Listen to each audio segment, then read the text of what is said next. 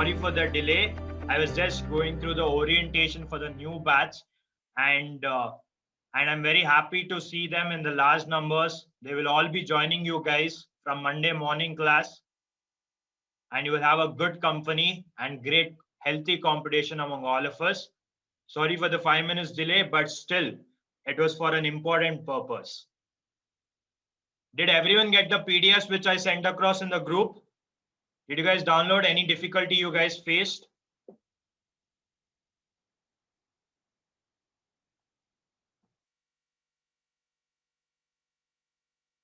No difficulties?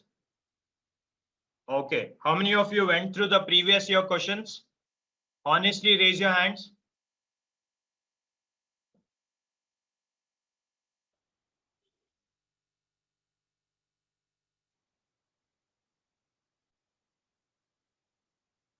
No one. No issues. We will have a look at it once we complete our government company. So quickly tell me, what is the procedure in order to become a dormant company? What are the steps which I have to follow? We have to file the application in MSc form number 1. Excellent, Aparna. MSc form number 1 to whom?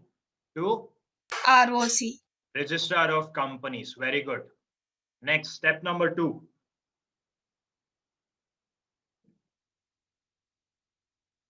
If ROC thinks everything is satisfied, then they will issue the certificate of status of dormant company in dash form MSc 2. MSc 2. Very good. And what is MSc 3? Returns. Very good, Srijita. Very good, Aparna. Return of filing annual returns, return of dormant company. I've told you, even if the company is sleeping, even if it has got the status of dormant company, they have to file annual returns. That is the compulsory rule of the Companies Act. And then if I have to convert my company from dormant to active, tell me which all forms will be relevant? MSc 4 and 3. Along with prescribed fee. Very good. MSc 4 along with MSc 3, I have to apply to ROC, and ROC will issue status of active company in dash form MSc 5. MSc 5. These are the 5 forms which are relevant for your active and dormant company. That was the last topic which we discussed in our morning class. Today we'll be looking at government companies, wind up the chapter, and from Monday we'll be starting tax laws 5 o'clock sharp in the morning, and there'll be classes both in the morning as well as evening. Okay. So government companies, can anyone of you tell me what is the threshold to be called as a government company? Not less than 50% of the shares are held by a state or central government. So. Very good. Not less than 50% of the stake is held by either central government as a whole or state government or local government or combination of any of those governments. Either singly or together, we call it as a government company. Section 2 clause 45, they have defined. They have defined what? They have defined government company. What are they saying? What is a government company? It is a company where not less than 51% of the paid up share capital is held by central government, and they are saying or by state government or governments partly by central government, partly by state government. And now this is and is which is very, very important. What is one more condition they are saying in the definition? Includes a company which is subsidiary company of such a government company. Sir, very simple. If there is a holding company, A Limited, which is a government company, and there is a subsidiary of that company which is ABC Private Limited. Can I call this ABC Private Limited as government company according to the definition? Yes or no?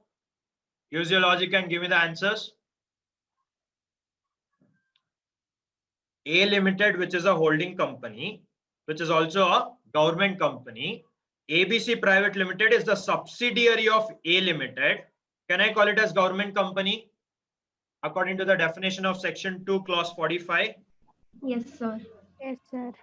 Yes, because it includes a company which is a subsidiary company of such a government company. So this is government company, this is subsidiary. So this is included in the definition of government company.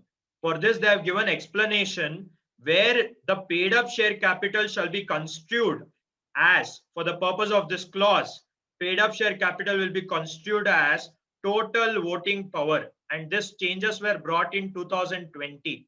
So very much relevant and important for you guys. There might be multiple practical questions which they will ask you on the basis of voting power. So not less than 51%. Not less than 51%. So they are telling it should be more than 51% of the paid up share capital. And in explanation, they are told paid up share capital is equal to dash is equal to voting power is equal to voting power where shares with differential voting rights have been issued. Where shares with differential voting rights. Okay. Now, sir, what is differential voting rights? If I give you one share, one vote, it is equal voting rights or differential voting rights? Equal One share, voting one right. vote. Equal voting rights. Very good. Now imagine, suppose I have a company, my own company. I have started a company, Prem Private Limited, with the help of me and my friend, Mr. P and Mr. A. Now, Mr. P has 51% and Mr. A has 49%. Mr. A is doing a lot of hard work in order to increase the profits of my company. But I want to give him more shares in my company. He wants more shares in my company. But I don't want to give up my voting power. I want to have the majority power, but I want to give him more shares in the company. So what I will do, I will transfer 30%, or I would say I would transfer 31% or 21% to Mr. A. So Mr. A's total shares in the company will become how much? 70%. How much will I have after the transfer? 30%. But what condition I will say? I will do the changes in the memorandum and the articles of the association. I will say 1% share is equal to 5% voting rights. 1% share is equal to 5% voting rights. Or I will say one share will have voting rights of 5 shares, 1:5. In that case, who will have the majority voting power? Mr. A or Mr. P? Majority voting power will be in the hands of Mr. P, where the voting power is 1:2, or I would say 1:3. 1% shares is equal to 3% voting rights. So 30% shares, but voting rights, how much I have? 90% voting rights I have. He has 70% shares, but I am giving 10% voting rights. Can I do this? Did you understand why am I doing this? I want to give him more shares because he's doing hard work, but I want to retain the decision making power. So I am keeping the voting rights with me. This kind of an arrangement is called as differential voting rights, DVR, which you will learn in share capital chapter of company law. Rajesh will take it up. Any doubts here? No, Did you understand I this didn't concept? got it. No, sir. Okay. A government company may be formed as a private limited company or a public limited company? A lot of students have a confusion. Sir, all public limited companies are government companies. Wrong. Tell me, Reliance Limited, is it a public company or a private company? Reliance Limited, Public companies. public company. Is it a government company? No, because 51% is in the hands of Mukesh Ambani or other private individuals. So public has the shares. It is not a government company. ONGC, Oil and Natural Gas Corporation. Is it a public company? I'll make it simple for you. Bharat Heavy Electronics Limited, BHEL. Is it a public company? Yes. Is it a government company? Yes, sir. Yes. Now tell me, can I call all government companies as public companies? Yes or no? Yes. Yes, sir. But can I call all public companies as government companies? No, sir. I cannot call all public companies as government companies, but I can call all government companies as public companies. But what is definition saying? Government company can be a private company or it can be a public company. Sir, just now you told me all government companies are public companies, and now you are telling it can be private also, it can be public also. Take a clarity. As per the registration, it can be a private limited. As per the articles of association, it can be either private or public, but it will be deemed to work as a public company. Why?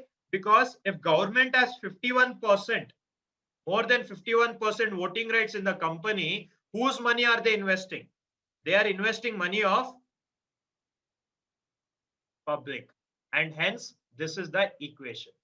So if you see here, the name of the government company shall end with, okay, where did it go? A government company may be formed while incorporating a company. It can be a private limited company. I can follow the rules and regulations, articles of private limited company, or I can follow incorporation process of a public limited company. But ultimately, the name of the company will end with dash, private limited or limited. Even if it is a private company and government company, the name of the company will end with dash, private company as per incorporation, government company as per shareholding, paid up share capital. The name of the company will end with a suffix called as ABC Limited. If it is a public company, as per incorporation, government company as per definition paid up share capital, still the name of the company will end with dash limited. Did you get a clarity? Suppose in the exam they ask you, can a government company be a private company? Yes or no?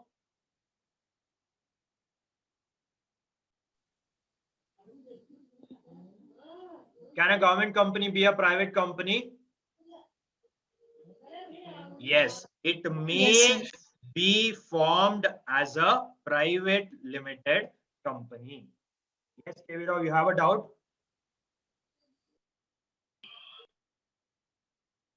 No? Okay, fine.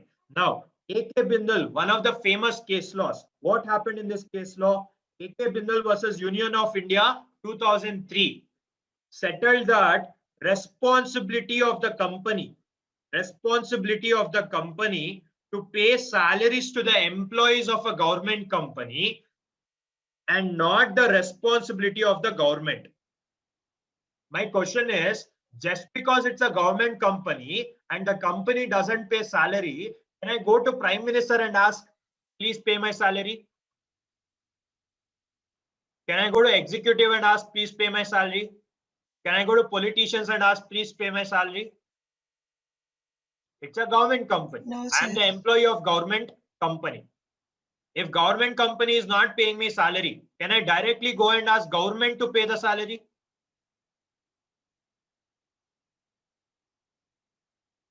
Yes or no?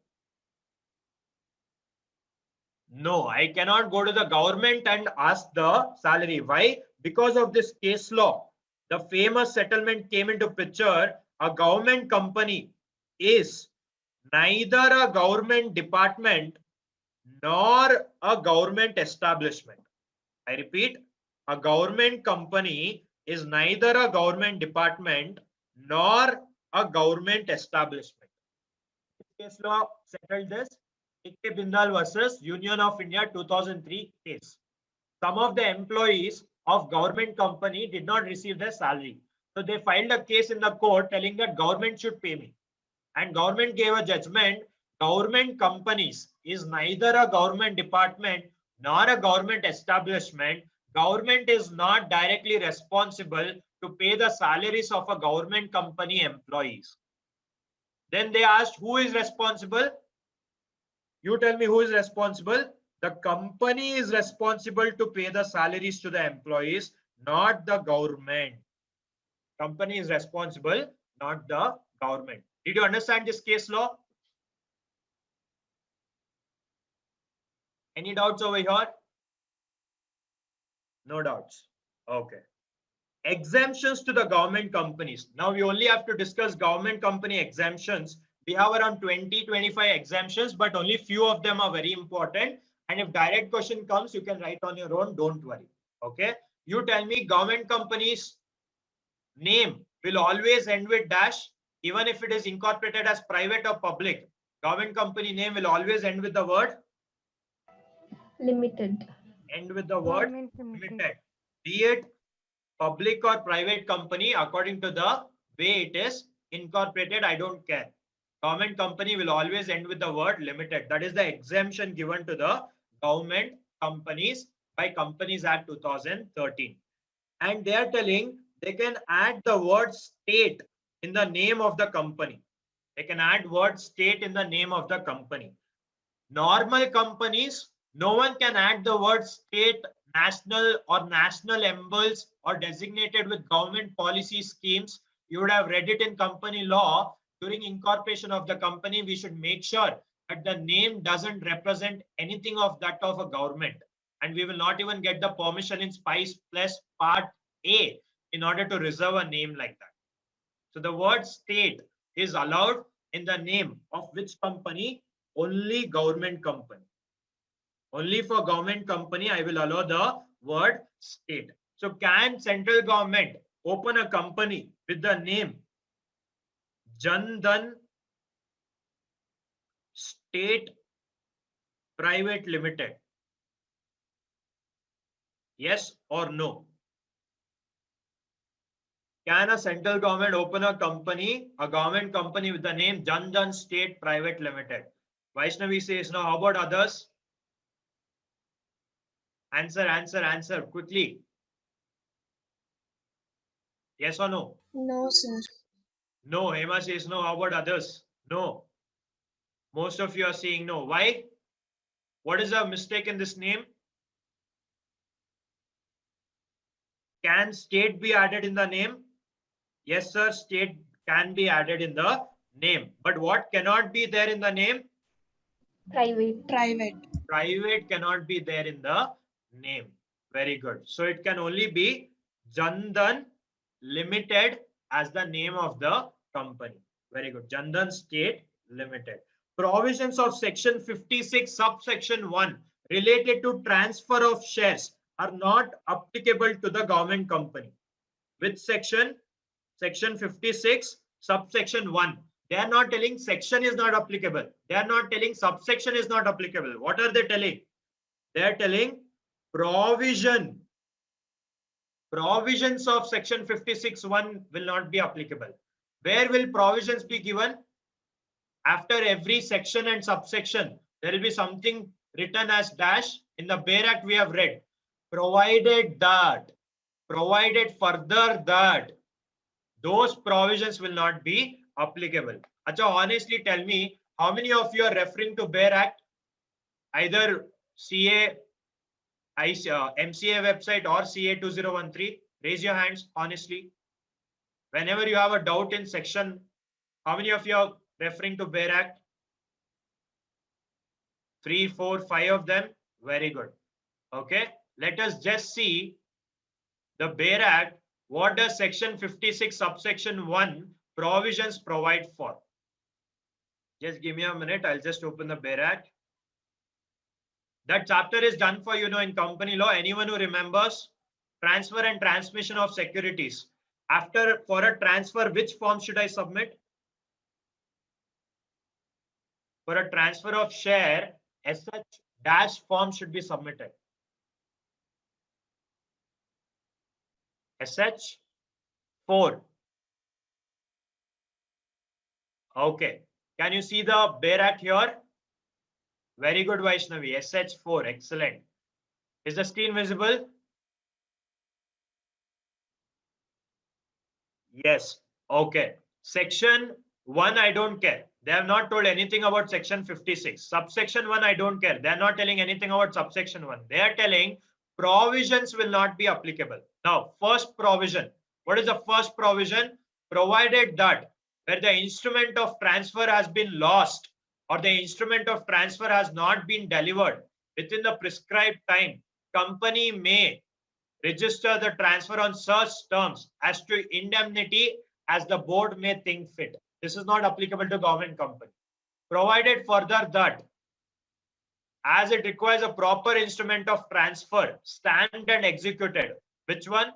SH4 shall not apply with the respect of bonds issued by a government company, provided that intimation by the transfer specifying his name, address, occupation is given and no certificate existence along with letter of allotment of the bond. They are telling if a government company wants to transfer the shares or the bonds, no need to give SH4. You can just give me a letter of authorization and the details. More than sufficient. Provided also that, what is the another provision? That the provision of this subsection shall not apply to government company in respect of securities held by nominees of the government. If any nominee of the government is holding shares in the company, these provisions to section 56 subsection 1 will not be applicable to the nominees of government company. Is this clear? First exemption. Any doubts over here?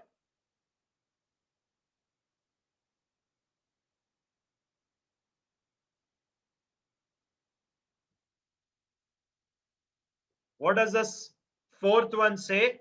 Instrument of transfer. Just now we discussed instrument of transfer. Which is the instrument of transfer? SH dash. Yes, tell me. SH 4. Very good. SH4 is not required to be executed and delivered to the company in case of transfer of securities held between nominees of the government. Just now we saw the provision. And in case of transfer of bonds issued by the government company. In both these cases, if the shares are transferred from between nominees of the government, no need to give instrument of transfer SH4. Just the authorization letter with details is sufficient. Transfer of bonds of a government company, no need SH4 instrument of transfer. Exemption given to the government company. Fifth one, declaration in respect of beneficial interest in any share is not applicable. Which section? These sections are in anyone who is aware of beneficial interest section? SBO shares, beneficial interest.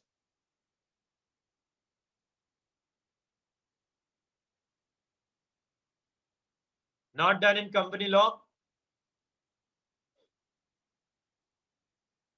I'll just show you the Bare Act.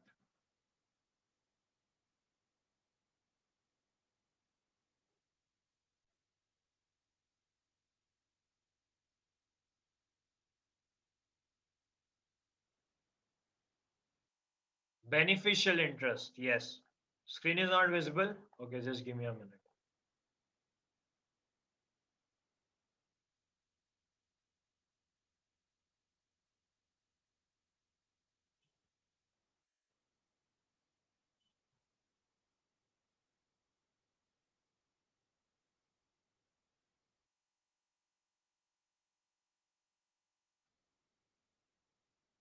Okay. Still not visible?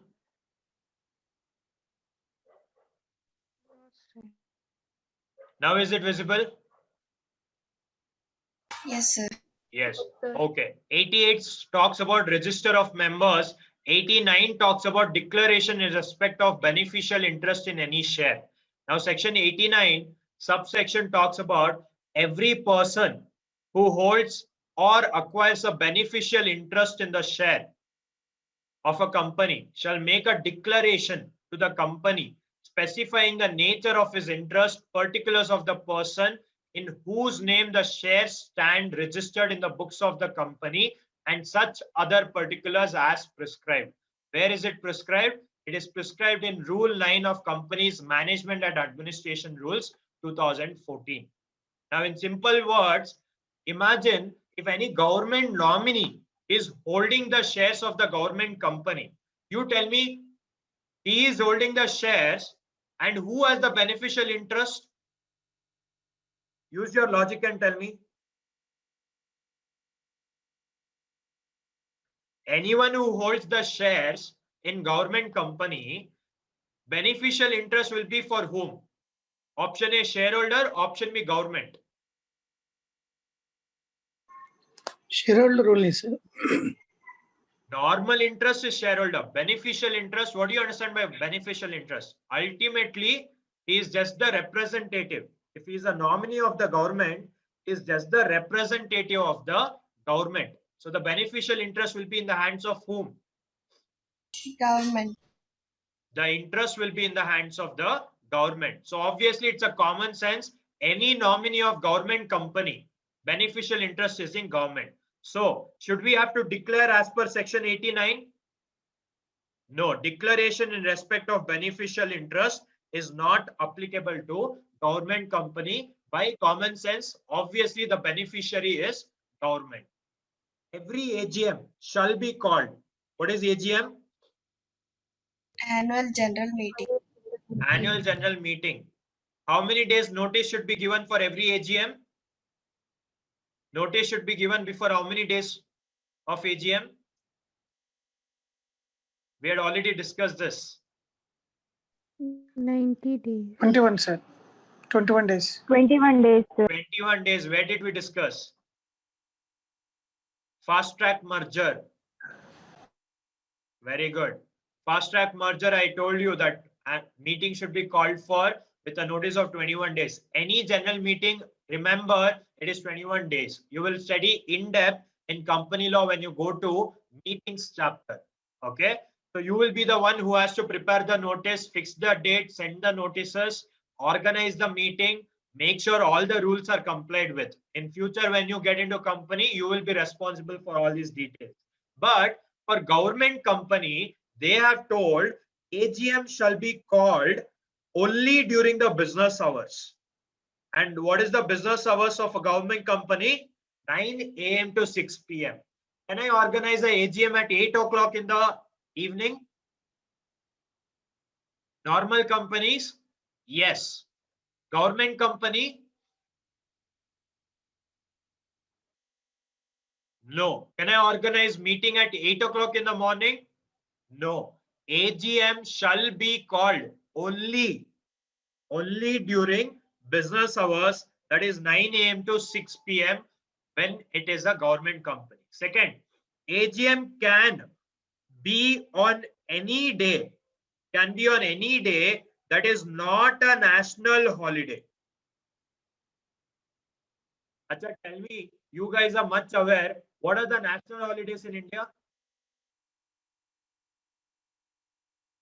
Republic Day, January 26th, very good, coming very soon. August 15, Independence. August August 15th. 15th, Independence Day. Gandhi Jayanti. October 2nd, Gandhi Jayanti. So other than national holidays, 3 national holidays, January 26th, August 15th, October 2nd. Other than these 3 national holidays, you can conduct AGM on any day. Sir, can I conduct on a Sunday? Tell me, can I conduct it on a Sunday? Yes, sir. Yes, sir. Yes, but what is the condition to be fulfilled? It should be a business hour. Only if the company is working on a Sunday and business hours has been announced, only then the meeting can be conducted. If Sunday is a holiday in the government company, can I conduct it on that day? No. I cannot conduct it off the business hours on a Sunday holiday. Okay. And they're telling and shall be held either at the registered office. Where can be the meeting? Either at the registered office or at some other place as the central government may approve on this behalf. Central government has given the authority to whom? Instead of central government, we will write it ROC or RD. Central government has given the authority to RD, Regional Directorate. So with the permission of RD, I can conduct the meeting anywhere else with the approval as per section 96(2) of the Companies Act. Tell me, can I conduct it in Ooty Resort Destination Annual General Meeting for government employees? Yes or no? Yes. Yes. What is the condition to be fulfilled? Approval from RD. Regional Directorate. RD may approve on this behalf.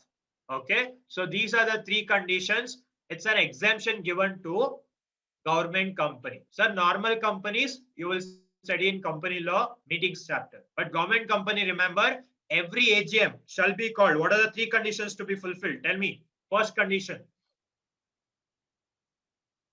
First one.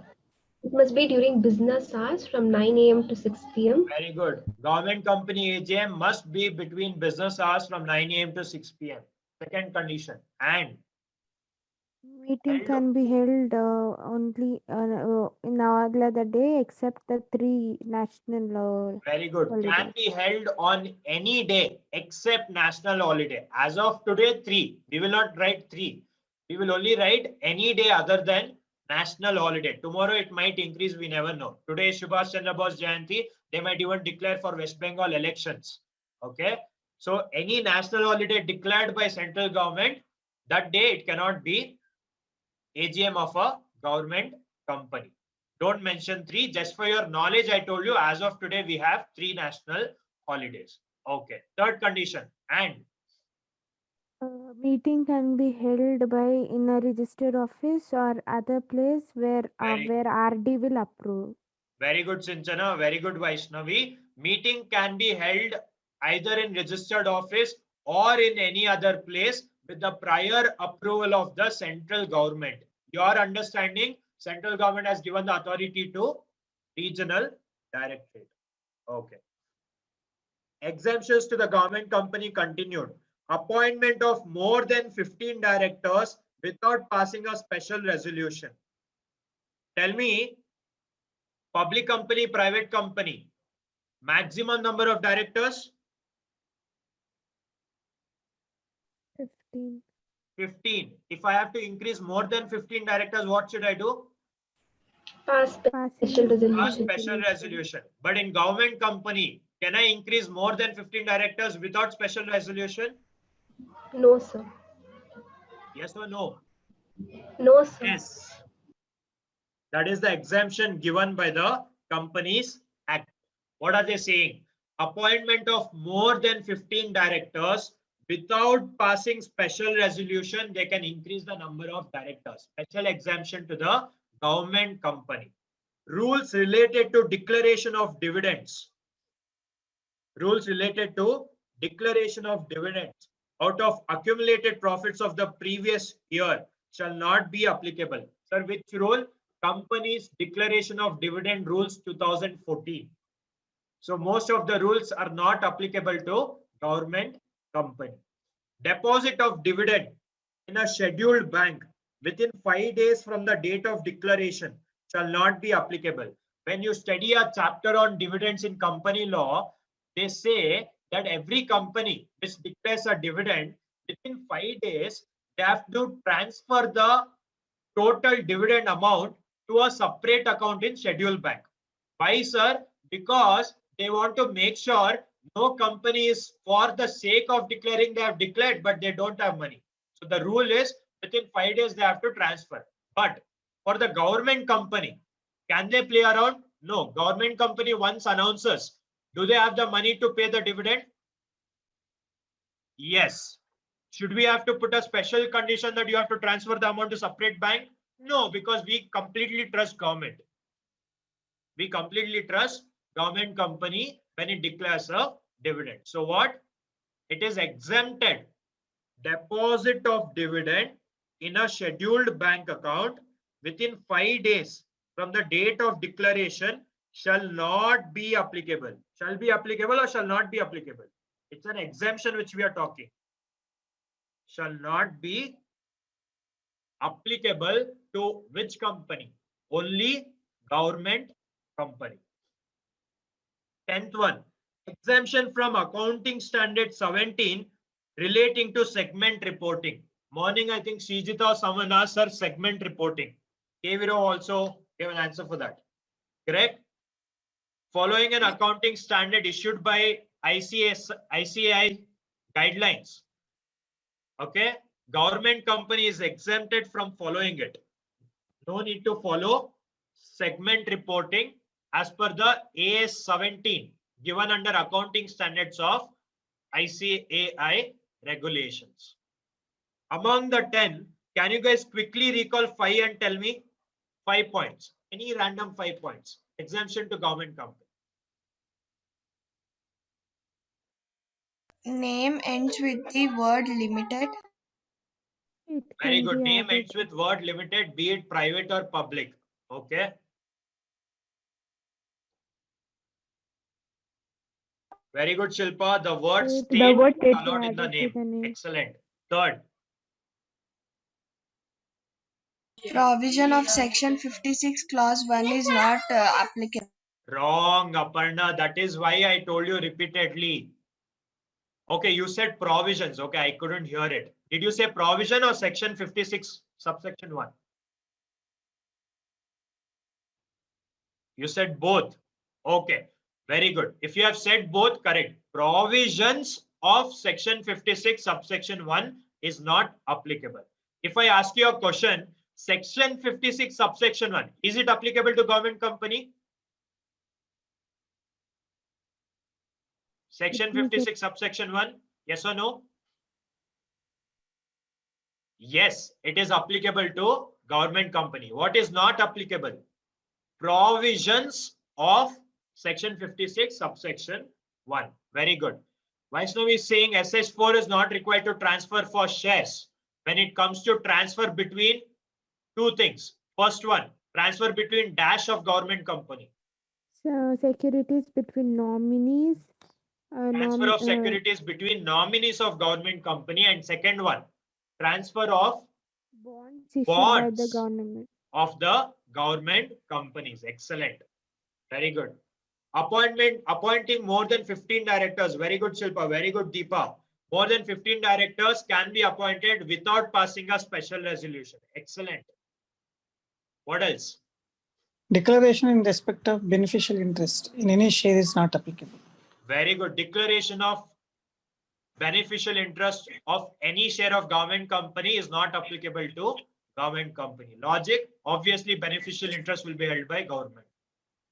Meeting should be during 9 a.m. to 6 p.m. only. Very good. AGMs must be between business hours 9 a.m. to 6 p.m. any day other than national holidays. And third one, either in registered office, any other place with the prior approval of central government. Very good.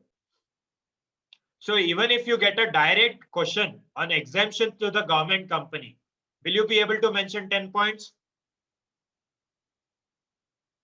Accounting Standard 17 segment reporting exempted. Very good, Shilpa. What will you write once you forget? Like once you remembered all the points and once you recalled and once you're running out of the time, at the last, what should you write? Such other dash. As such other prescribed.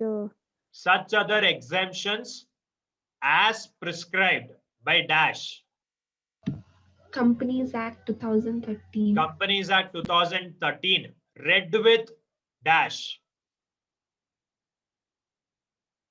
Read with? Read with Government Company. Read with Company Rules 2014 relevant to government companies.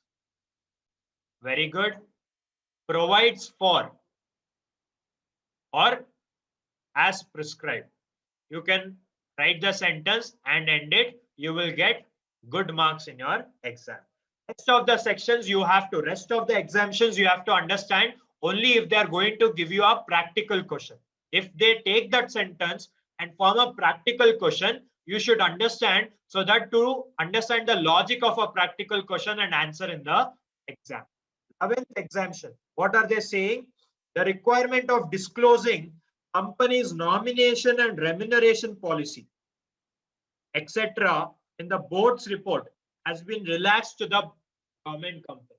When it comes to reporting chapter in your company law, they will say every public company has to disclose nomination and remuneration policy in their board report.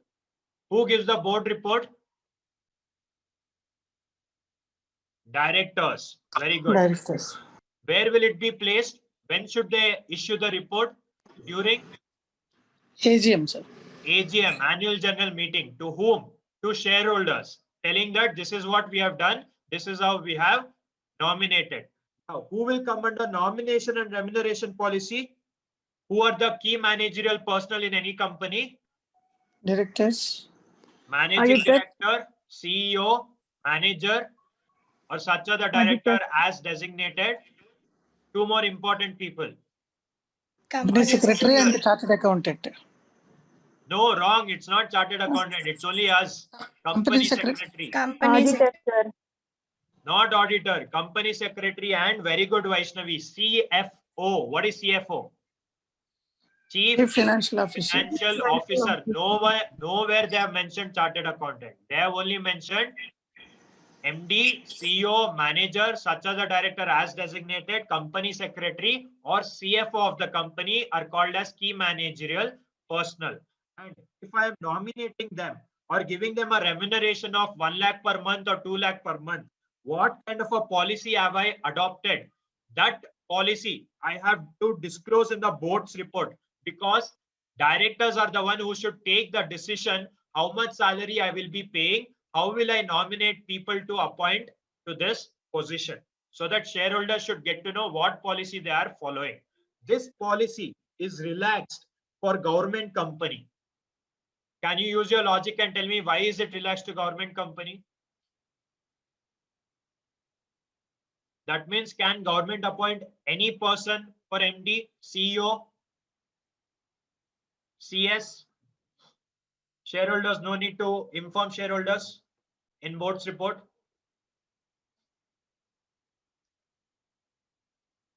Because government company has a separate process where scrutiny will be taking place before appointing it to the key managerial position of the company. Because government process is already so tedious, Companies Act relaxation is given to those companies. Yes, KV Rao, you wanted to say something?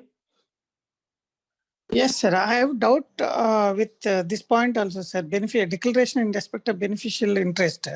Tell me. Yeah, actually, I know that this beneficial interest when shares are held by the guardian of a minor. Okay. And then the beneficial declaration will be given that he is not the beneficiary and the minor is the beneficiary. Like that declaration has to be given. And second situation, the transition period where the shares have been transferred to some other person and the payment has been made, but in the register of shares, the earlier holder's name is continuing. For the transition period, this earlier holder has to give the declaration that he is not the beneficial owner of that shares. Okay. Those situation I understood, sir, but Okay. in this case, government's case, declaration in what respect it will be required, sir? Actually, the situation I See, didn't understand. first understand what is beneficial ownership. You tell me what is beneficial ownership. Yeah, any benefits which will be derived from those shares will be given to that person who is the beneficiary mentioned. Shares will be held Yeah. by one person. Yes, sir. Benefits will be given to Other person. other person. That person can be natural person, artificial person. It can be an individual, LLP, body corporate, or a company. Okay. Yes, Shares is in the name of one person. Benefits is in the name of other person. Other When person. it comes to government company, government cannot sit and handle the company on a daily basis. So government company, where they have more than 51% shares held by the government, they will not sit and look after the company every day. They cannot attend the general meetings every day. What they will do, they will appoint nominees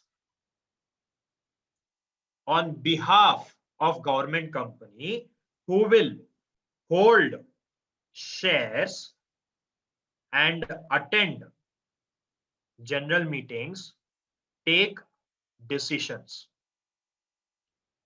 Now tell me, if nominees are holding shares and the company declares a dividend, this benefit will go to nominee or will go to government company? Government. Government, sir. This declaration of dividend will go to government. Government. Can I say government is the beneficial interest of the shares held by the nominees? Yes, sir. Government holds the beneficial interest of the shares held by the nominees. Yes, sir. So in this regard, there need not be any declaration. They're saying, is it, sir? No need to declare. No need to declare beneficial interest. Achha, because yeah, I understand, sir. Understand. Common sense. Why? Because all the benefit is going to whom? Government. Yeah. It is deemed to be understood that beneficial interest is in the hands of the government. Clear? Okay. Yes, sir. Yes, sir. Clear, sir. Thank you. Now, some provision related to independent directors shall not be applicable. Now, they have given multiple provisions, but I don't want to get into details. Once you study independent director section in Companies Act, very, very important, highly weighted in the exams of company law paper, you will understand which all provisions is not applicable to government company. So every government company compulsory, they have to appoint independent director. Okay. And in order to appoint independent director, there are some rules that independent director should not be a promoter of the company, should not be associated with associate company, should not be any professional practitioner like CS, CA, etc. Like that, there are multiple rules. Some of those rules, some of those provisions shall not be applicable to government company. Why have we created those rules and provisions? So that if others are opening a company, if a public Reliance Industry, Mukesh Ambani is opening, or private limited, you guys are opening a company, there should be an independent director who is not related to you, who should make sure that there is no wrong happening in your company. Everything is adhered to the company law. But when it comes to government company, you tell me, should I have to look at strict rules in order to appoint independent director so that he looks after the government company carefully? Government company would have taken 100 measures to make sure the company is run according to the law.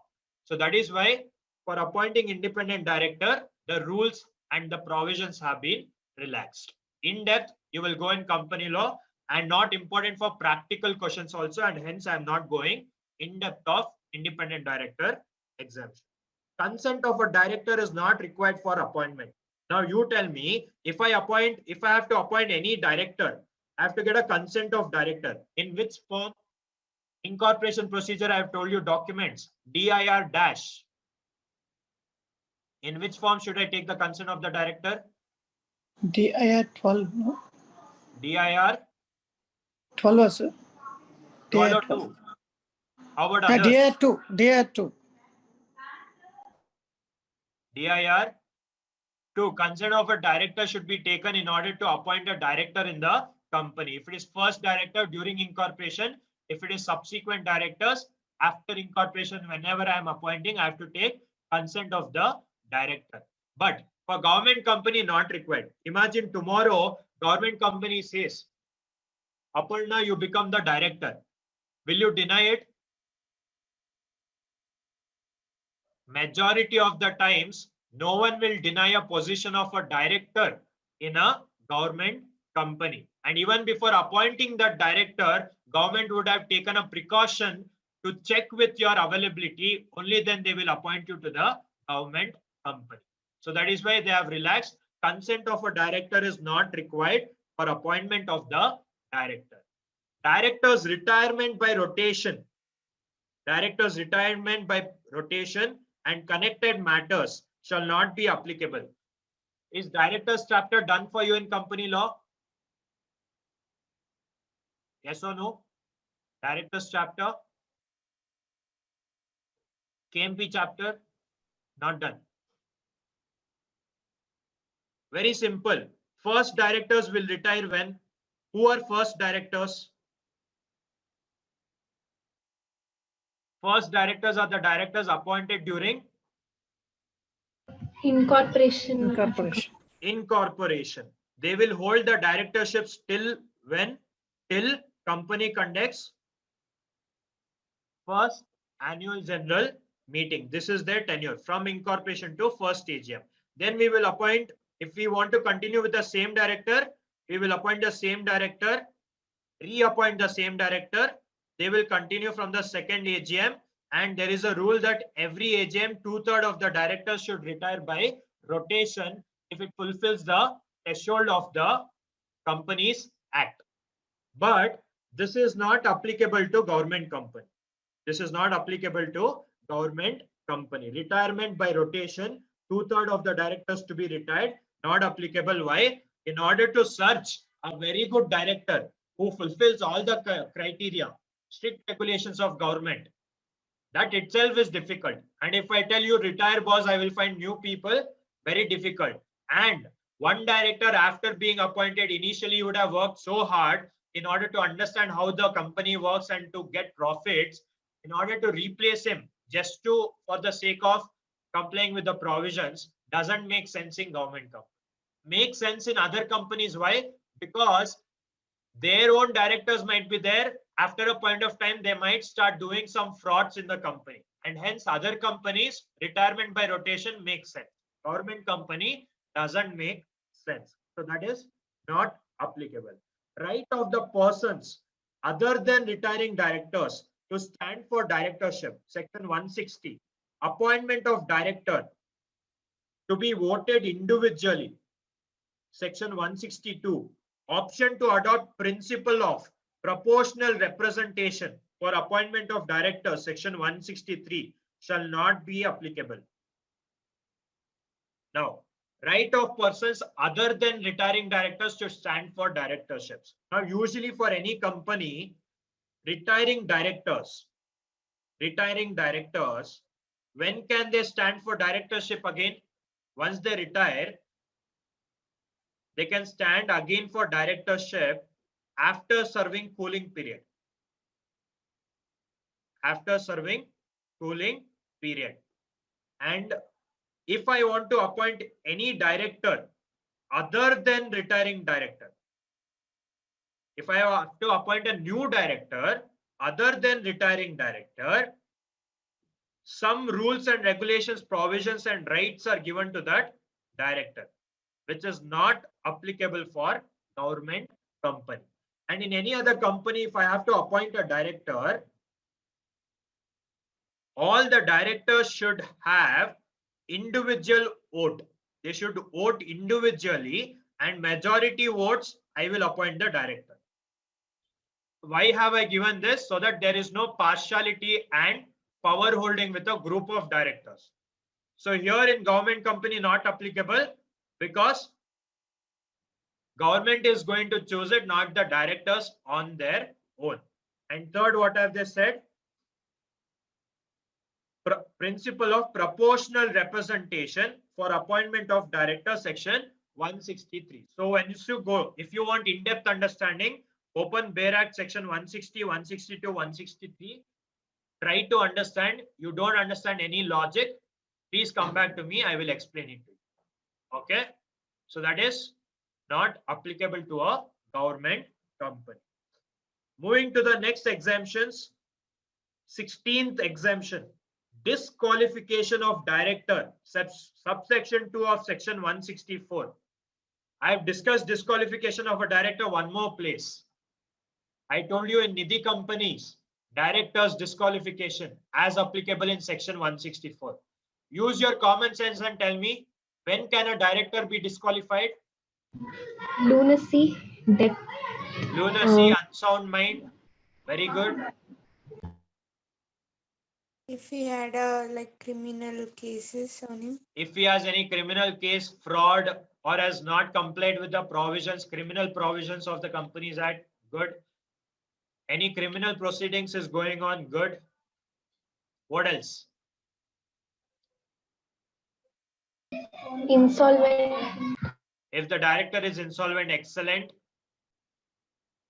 And if director has not submitted, if director was the director of a company where the company has not submitted annual financial statements for 2 years, then that director cannot be director in any other company. Why 2 years? Where have we studied? If annual returns is not submitted for 2 years, then ROC has the power to put the investigation and convert that company to dash company. Dormant company. So that is how you have to link one section to another section. So disqualification of directors, subsection 2, section 164, not applicable to government company. Obviously, before appointing the director, they would have checked all these details. Only then they would have appointed. So complying with disqualification and giving a declaration, not applicable to government company. Register of directors. For any normal company, they have to maintain registers where they fill up the names of the directors. What do you mean by KMP? KMP? Key managerial person. Key managerial personnel. Who all will come under KMP? CEO, Chief Executive Officer, CEO, MD, manager or any other director with the designation, CFO, and very own company secretary. Company secretary. Even chartered accountants have not got the position of KMP in a company. We have got it.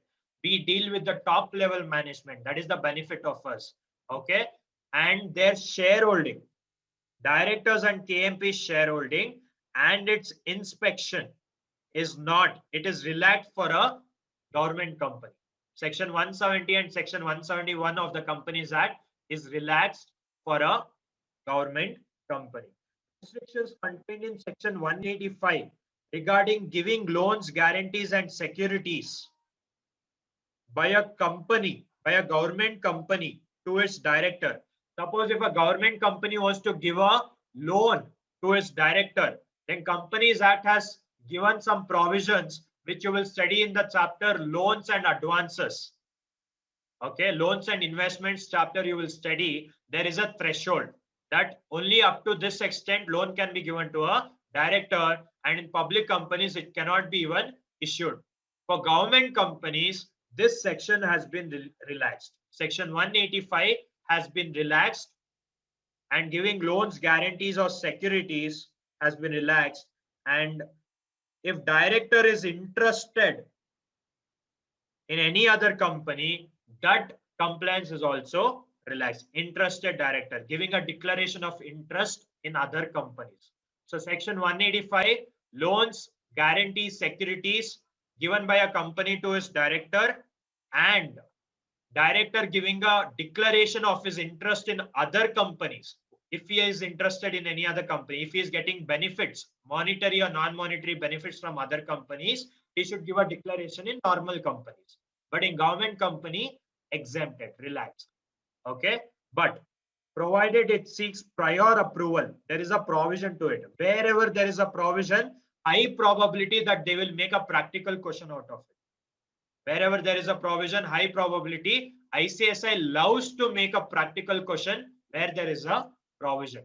So provided it seeks prior approval of their administrative in charge of Ministry of Department of Central or State Government. So when will section of Companies Act related to giving loans, guarantees, securities and interested declaration relaxed to the government company, when they have taken prior approval from whom? When they have taken prior approval from,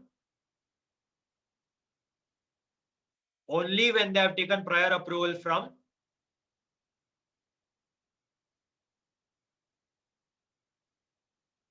administrative in charge of Ministry of Department for their respective ministries. Okay. Special resolution for making loan investments giving guarantee in excess of the threshold limits specified in section 186 being relaxed to a government company. Okay. Section 186, they have given some threshold.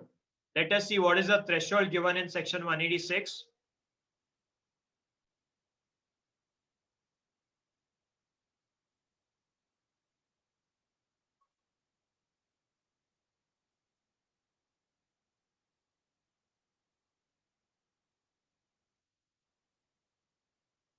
Without prejudice to the provisions contained in this act, a company shall, unless otherwise prescribed, make investments through more than 2 layers of investment companies. This we have already studied. Number of layers, only 2 layers, exception only for an investment company. No company shall directly or indirectly give a loan to any person of or a body corporate, guarantee to security acquired by way of subscription exceeding -% of paid up share capital and free reserves and securities premium account. 60%. Exceeding 60% of paid up share capital plus free reserve plus securities premium account, or 100% of its free reserves and securities premium account, whichever is more. So no company shall directly or indirectly give a loan, security or way of subscription exceeding 60% of PSC free reserves securities premium or 100% of free reserves and securities premium, whichever is more. You will study in-depth practical question in company law. But if I have to go beyond 60%, then Companies Act will say you have to pass a special resolution in the general meeting.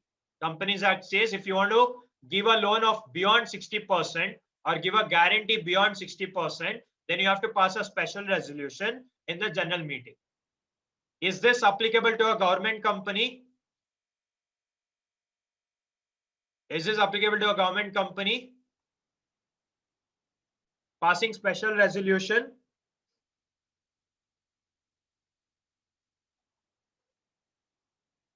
Passing special resolution for making loan investments or giving guarantee in excess of the threshold limit specified in section 186 has been relaxed. For which kind of a company?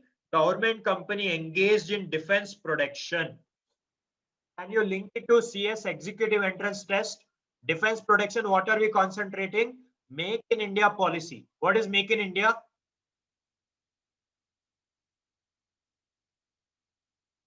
Defense equipment, manufacturing, fighter jets, aircrafts, aeroplanes,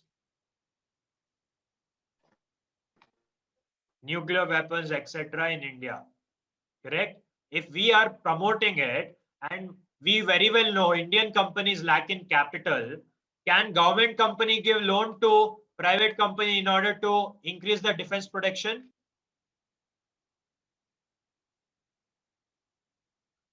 Can it give to one of its directors? Can it give security to the loan taken by a subsidiary company more than 60%? Yes. So that is why government company engaged in defense production, and unlisted government companies which seek prior approval of their ministry or department. For these two companies, special resolution is not applicable. Special resolution to go beyond 60% as mentioned in section 186 is not applicable. Is this clear? 19th point. Any doubts in 19th point?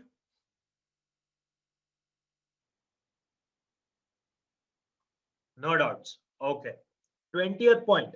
First and second proviso to subsection 1 of section 188 related to related party transaction shall not apply to a government company if they are getting into contract, with any other government company. Use your common sense. If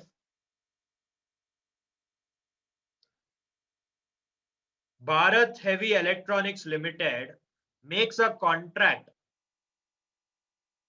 Bharat Heavy Electronics Limited makes a contract with Oil and Natural Gas Corporation. Can I say both are government company? So both are government companies, but section 188 is not applicable to them. Not applicable. Why? Use your logic. Both are government companies. Members appointed can be same. Can I say both these companies are related parties? Majority of the time, some or the other where there will be related parties or not. Yes, sir. The floater of the companies is ultimately government only. Government only. So majority of the times it will be related parties. Related party. So that is why they are telling no need to give special declaration. Don't give me special compliance requirement declaration of related party transactions. This will not be applicable to government company doing a contract agreement with any other government company. Second, they are telling it will not be applicable to government company other than a listed company in respect of contracts or arrangements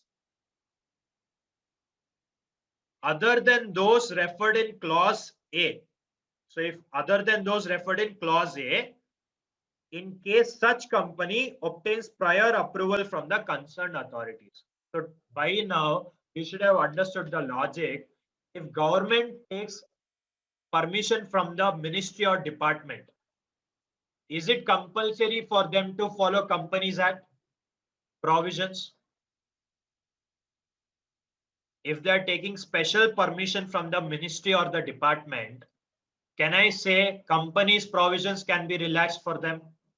Yes, sir. Why have we given Companies Act? So that people follow the government rules. If government themselves are giving permission, ministry and department, no need to follow provisions of Companies Act, or I can say we can relax the provisions of Companies Act. So provisos, first and second proviso of subsection 1, section 188 related to related party transactions, not applicable to a government doing a contract with another government company, not applicable to any government who has taken prior approval from the concerned authority. So this is about related party transactions. 21, what are they saying? Certain provisions related to appointment of managerial personnel shall not be applicable. Nomination and remuneration policy also is not applicable. Managerial personnel is also not applicable. Now, they might ask a practical question on this. Please concentrate. Everyone, please concentrate. Highly probable they might ask a practical question on this. Directly related to company secretary. Appointment of key managerial personnel. They have given certain exemptions to the government company. All the provisions of subsection of section 203 will not be applicable to managing director, chief executive officer, or manager in their absence, whole-time director of the government company. Subsection of section 203 will not be applicable to MD, CEO, WTD of a government company. Who else is left out in KMP? You guys tell me who is left out in KMP? Other than MD, CEO, WTD of government company? Very good, Vaishnavi. Very good, Shilpa. Very good, Kritika. Company secretary. And one more person. One more designation. CFO. CS and CFO. Can I say section 203 will be applicable for CS and CFO? For a government company, I can give you relaxation for directors, but I cannot give you relaxation for company secretary and CFO. Why? Because even if it is a government company, company secretary is important. Compulsory, you should appoint company secretary. I will not exempt you. That is what you have to remember. All the provisions of subsections of section 203 not applicable to directors and others except for CS and CFO. Next, all the provisions of section 203 will continue to apply to CFO and CS of government company, as only these persons will be mandatorily required to be appointed as the whole-time KMP in a government company. Good for a company secretary, bad for a company secretary. Good, sir. Very good for CS. What are they saying indirectly? Appointing company secretary and chief financial officer, is it optional for government company or mandatory to government company? Mandatory. Mandatory. I don't care if you cross the threshold or you're below the threshold, whether you have net assets, net worth of more than 10 crore or less than net worth of 10 crore. Mandatorily, you have to appoint a CS and a CFO. Why? Because they are the ones who will look after the government company properly. So that is the advantage we have. So in simple words, can I say KMP provisions, section 203 will not be applicable to government company except provisions related to dash and dash, provisions related to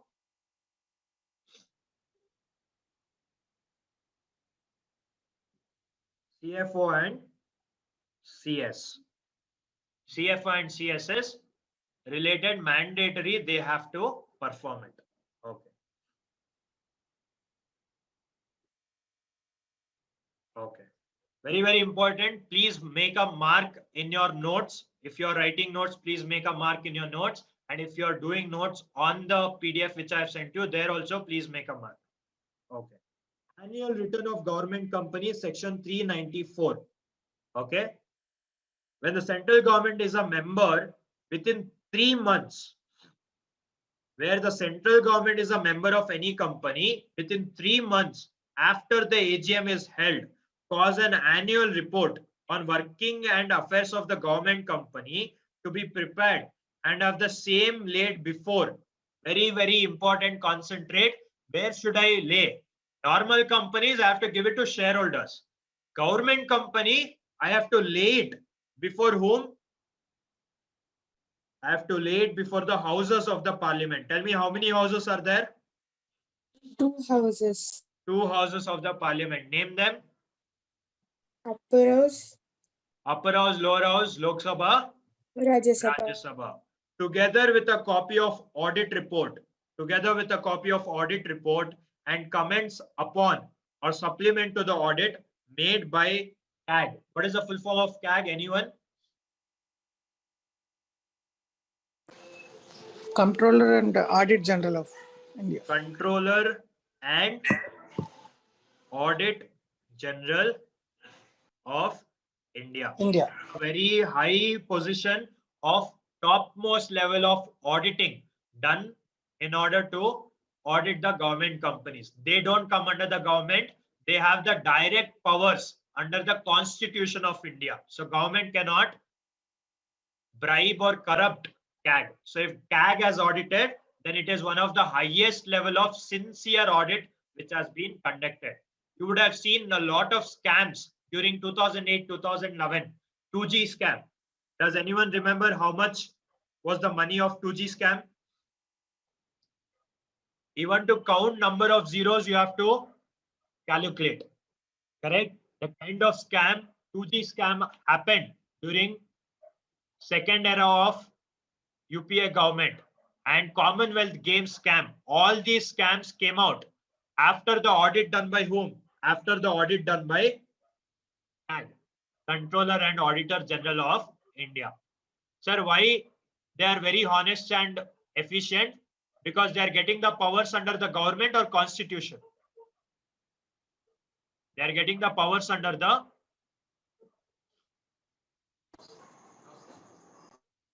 Constitution of India. Okay. Government cannot interfere. Where any state government, if state government is also member, then the copy of annual report and the audit report shall be laid before both the houses of state legislature together with a copy of said enclosure. All CSET students tell me, in state government, there will be two houses, Vidhan Parishad and Vidhan Sabha. Vidhana Sabha and Vidhana Parishad. How many states in India has Vidhana Parishad? Upper house. Lot many states only have one house, lower house. For example, in Karnataka, we have Vidhan Sabha, correct? Like that in Delhi, they only have legislative assembly. Only few states in India, they have both lower house and upper house in the state level also. UP, Karnataka, very good. Rajasthan, no. Madhya Pradesh, 6 states, 13 states. Only 6 states has both upper house and lower house in the state government. So it is either, if they have both the houses, then lay before both the houses. If they have single house, then lay before single house of the state legislature together with said enclosure. In simple words, if I have to summarize, section 394, annual report of government company, annual report and audit report. Annual report plus audit report. Audit report is done by whom? Audit report of any government company is done by auditors appointed by dash. Auditors appointed by Controller and Auditor General. Very good. Both of these reports has to be laid where? If central government is the member of the government company, then upper house, lower house, it has to be placed. That is your lower house is your Lok Sabha, upper house is your Rajya Sabha. Where have you studied? Legal aptitude, CSET. Okay. If state government is the member, if they have both the houses, then both the houses, Vidhana Sabha, Vidhana Parishad. If they have single house, then single house, Vidhana Sabha, Vidhan Sabha. Okay, very good. So this is about your section 394, which says in simple words, it has to be placed before the parliament, that is both the houses of central government, and if state government is the member, in front of state government. Okay. Any doubts in the exemptions? 23 points, is it clear? You only have to remember 8 to 10 points. Above that, you only have to understand. Can you remember 8 to 10 points without looking? Do you have the confidence? Exemptions to the central government?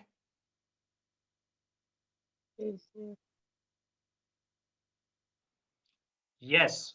Apart from 8 to 10 points, did you understand all the remaining points? If they ask you practical question, will you be able to figure it out? Yes, sir. Yes. Okay, good. Provisions related to auditor for government company. Now, what are the provisions which related to auditor?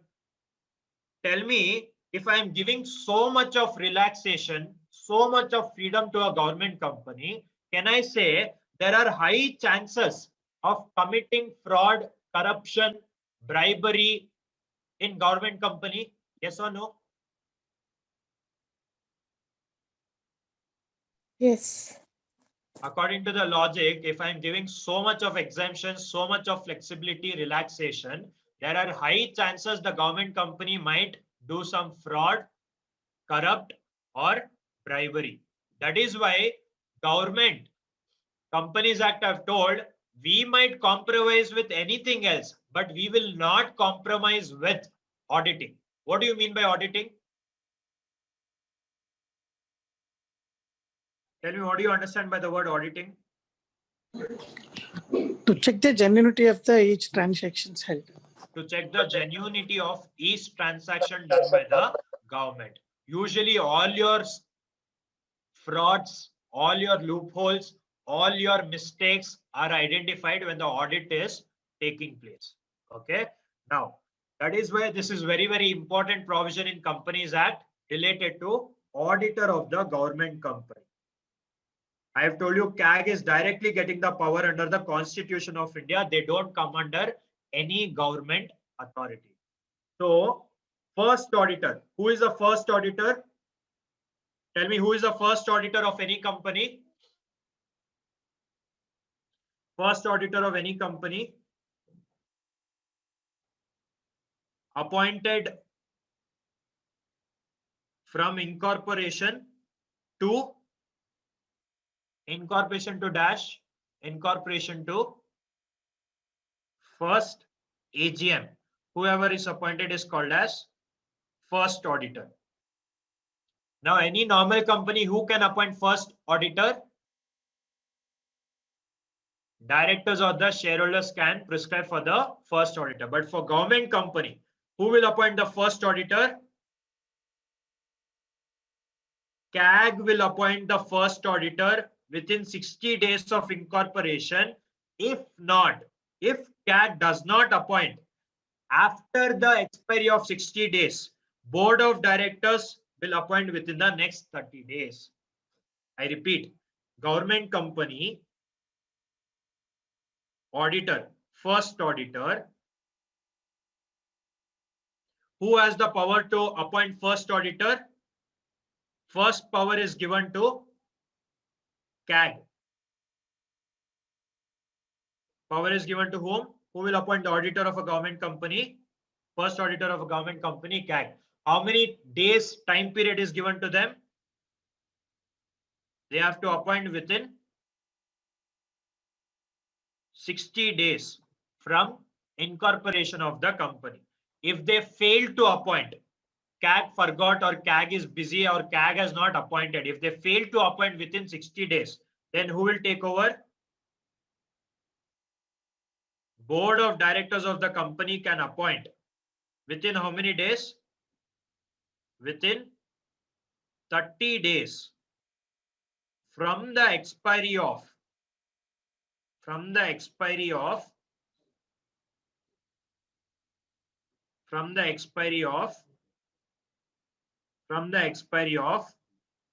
this limit. Okay. Imagine if I give you a practical question and tell you government company was incorporated. Government company was incorporated on 1st April 2021. Tell me, first auditor should be appointed by whom within how many days? Which day?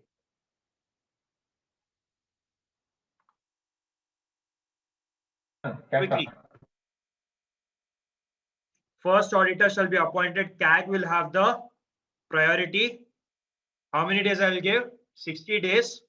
I am giving the time till, on an average, 1st June 2021. Within 60 days, they did not appoint CAG 60 days. Then the power will go to whom? The power will go to Board of Directors from 1st June 2021 till 30th June or 31st June 2021. Board of Directors will have the power to appoint the director. Did you understand this concept? From incorporation 90 days, CAG will have the power. If they miss out, From that day, 30 days, board of directors will have the power. Aparna now is asking what is CAG? What is CAG? Anyone? Controller and Auditor General of India. They have the direct power under the Constitution of India. Constitution is the BAP of all laws. In short form, we call them as what? Short form we call CAG. CAG. Is it clear, Aparna? Yes. Okay. First auditor, we have got clarity. Now, appointment for subsequent financial year. Appointment for subsequent financial year. Now, first auditor will retire when? First auditor will retire immediately after the first AGM. We have to appoint a new auditor in the first AGM. In the next financial year, after their incorporation, who will have the power? CAG will have the power up to 180 days. Up to how many days? Up to 180 days from the commencement of the financial year. Now, take the same example and tell me, suppose CAG appointed auditor for this company on 30th April 2021. Okay. They conducted first AGM on 29th September 2022. They conducted the first AGM on when? 29th September 2022, after the financial year. For the financial year what? For the financial year 2021-2022. April 2021 to March 2022, AGM was conducted within 6 months, that is 29 September 2022. Now I have to appoint the second and subsequent auditor for the next financial year 2022 to 2023. I want to appoint a new auditor. I want to appoint a new auditor during the annual general meeting. Now tell me, this financial year, second financial year of this company will start from April 2022 till how many months? Till how many months? Till how many months? From the end of April, March 2022, how many months does CAG has the power to appoint? 6 months. 6 months. They have told 180 days. 180 days in simple words. 6 months. CAG should appoint. CAG should appoint auditor for subsequent financial year. So first auditor we have understood. Subsequent auditors we have understood.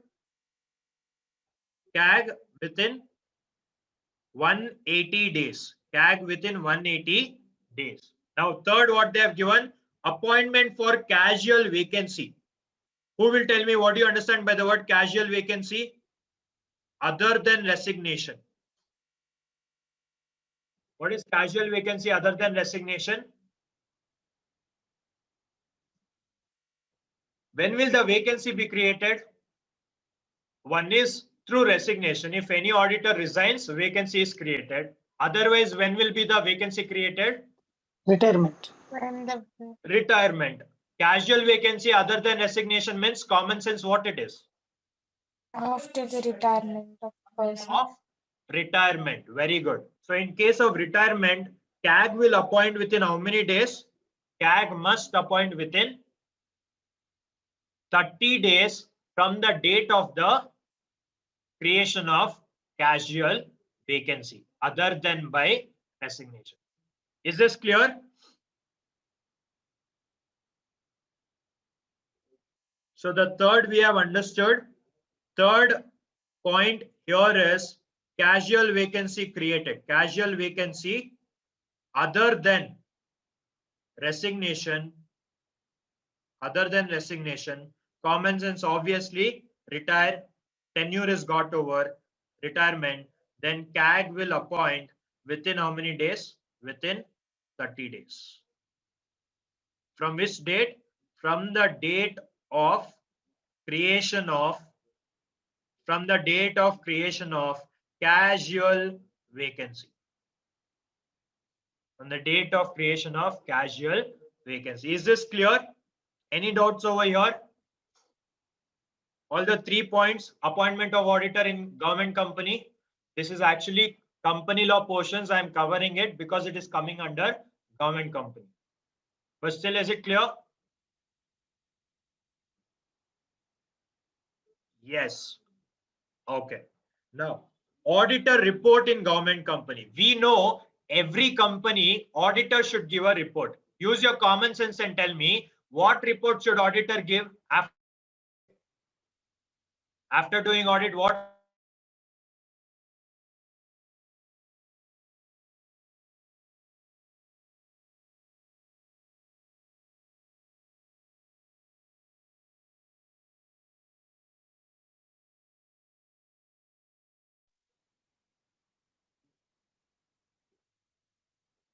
Megashri is saying financial report. Okay. Financial statements. Very good. Auditing report. What is audit? Checking whether everything is genuine, whether everything is according to the law, whether everything is honest, whether everything is true and fair. Then auditor has to give a report that everything is fine. If something is not fine, if something is false, if something is wrong, then what should auditor do in the report? Should auditor highlight or not? Auditor should highlight it or not?